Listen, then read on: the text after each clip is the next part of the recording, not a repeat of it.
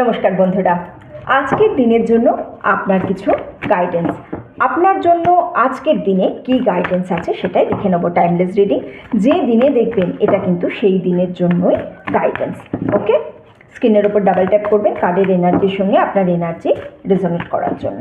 চলুন দেখে নিই কী গাইডেন্স আছে আপনার জন্য আজকের দিনে। আপনার জন্য ইউনিভার্সের কী গাইডেন্স আছে, ইউনিভার্স কোন গাইডেন্স দিচ্ছে আপনার জন্য।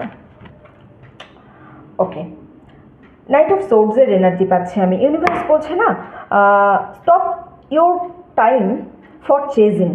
ইউনিভার্স বলছে আপনি কোনো কাউকে হয়তো চেজ করছেন, এমন কাউকে চেজ করছেন যার থেকে আপনি কিছু পাচ্ছেন না, বা কোনো অলিক স্বপ্নের পিছনে আপনি কনস্ট্যান্ট একটা চেজ করে যাচ্ছেন। ইয়েস, কোনো লাভ রিলেশনশিপের ক্ষেত্রে বলছে এটা ইউনিভার্স।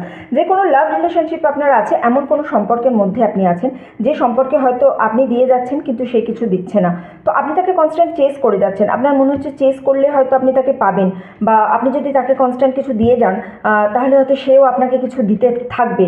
কিন্তু না, দেখুন আপনি নিজেকে কেমন বেঁধে ফেলেছেন সেই জায়গায়, সেই সম্পর্কটার মধ্যে নিজেকে এমনভাবে আষ্টে পিষ্টে বেঁধে ফেলেছেন যে জায়গা থেকে বেরোতে পারছেন না, নিজের ওপর ফোকাস করার টাইম পাচ্ছেন না, নিজেকে পুরোপুরি গুটিয়ে রেখেছেন, অথবা অন্য কোনো দিকে ভাবার মতো আপনার কাছে সময় নেই।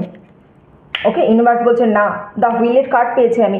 সো আপনাকে বুঝতে হবে আপনাদের এই যে সম্পর্কটা, এটা কিন্তু একটা কার্মিক সম্পর্কের মধ্যে আছে।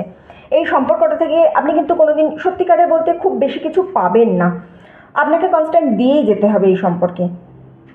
আর এই সম্পর্কটা আপনি পূর্বজন্মে কোনো কিছু খারাপের সঙ্গে করেছিলেন, এই জন্মেই কিন্তু আপনার কাছে এসেছে। আপনার কাছ থেকে সেই খারাপটুকু, যতটুকু আপনি খারাপ করেছেন ততটুকু খারাপ আপনাকে দিয়ে তারপরেই গুটিয়ে যাবে, আপনার এখান থেকে নিয়ে যাবে। সো এখানে আমি যে অ্যাডভাইসটা পাচ্ছি টোটাল রিডিং থেকে, সেটা হচ্ছে আপনি যার থেকে কিছু পাচ্ছেন না সেখানে আপনার সময় নষ্ট করা বন্ধ করুন, নিজের ওপর ফোকাস করুন, নিজেকে ইমপ্রুভমেন্ট করুন, নিজের কেরিয়ারে ইমপ্রুভমেন্ট করুন, সেলফ লাভের ওপর ইমপ্রুভমেন্ট করুন, নিজের মেন্টাল হেলথের ওপর ফোকাস করুন আপনি অনেক বেশি।